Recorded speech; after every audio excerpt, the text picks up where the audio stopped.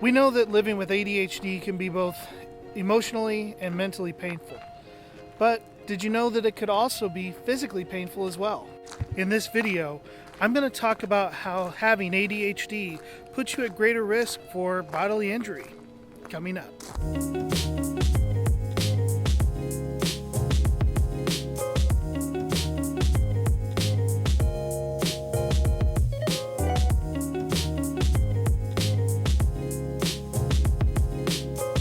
Hi, I'm Daniel, and this is Journey to Wellness. And on this channel, I like to bring awareness to ADHD in adulthood and what it truly looks like. If you're new to the channel, consider hitting that subscribe button and the notification bell so you don't miss out on one of my weekly videos. Now let's jump into today's video. There are many studies that conclude that those of us with ADHD are at a greater risk of accidental injury. Generally, these injuries are mostly minor ones that can be fixed with a band-aid or an ice pack, like minor cuts, scrapes, bangs, strains, and sprains. We're also prone to have multiple injuries, and more often than our non-ADHD peers.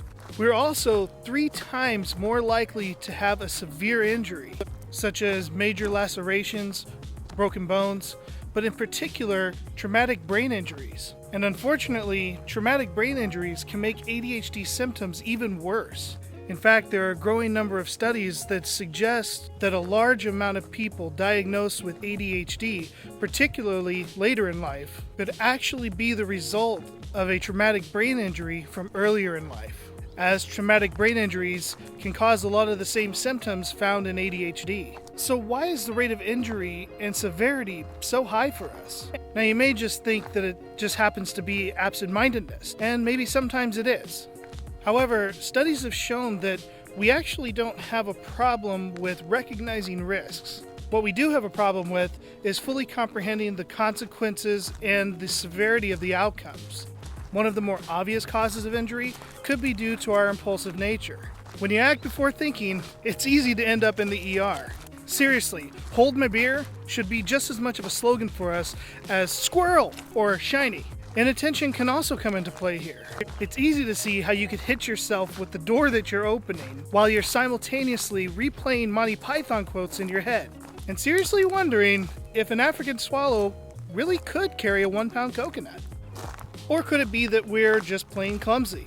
I mean, we're always bumping into things, giving ourselves so many mystery bruises that we've given up on trying to figure out where they all came from. But there may actually be something to this. Some studies have shown that around half of us with ADHD have poor motor control. Studies have shown that around half of us tend to have poor motor control problems, including dyspraxia, a neurological condition that affects one's ability to both plan and process motor tasks. And while I couldn't find an estimate on how many of us with ADHD have dyspraxia, it's estimated that around 50% of those that have the condition also meet the diagnosis criteria for ADHD, suggesting that there could be a link between the two disorders. Another phenomenon that's currently being studied is called postural sway, in which you have a harder time keeping your balance than those without ADHD. This may be a good reason to refuse to do a roadside sobriety test, or, just don't drink and drive in the first place. Speaking of driving, as many of us are not the best drivers in the world, we have a much higher risk of being injured in a car accident. Now, so far, these have all been examples of accidental injuries, which accounts for the majority of the injuries in the ADHD population. However, there are a good deal of injuries that are self-inflicted. While the rate of suicide among the ADHD and the general population are relatively similar, the suicide attempt rate is significantly higher for those of us with ADHD. One study showed as much as 9.4% compared to only 1.3% in non-ADHD people. So if you're thinking about hurting yourself, please know that there is help available for you and life can get better. But you have to talk to someone first. So what are some things that we can do to help prevent ourselves from ending up in the ER? Some studies have shown that accident rates are much lower for those of us on ADHD medications. This could be a very compelling reason not to take breaks from your medication. This particularly applies to children and adolescents during the summertime. Being more mindful helps. playing fun and physical games, and other methods to help train yourself to have better body coordination. These can help reduce bouts of clumsiness. Balance exercises such as yoga can help you improve your balance. Or you can just see how long you can impersonate a flamingo. Wear a helmet when riding a bicycle, rollerblades, skateboard, scooter. Basically anything that has wheels and no seatbelt, wear a helmet.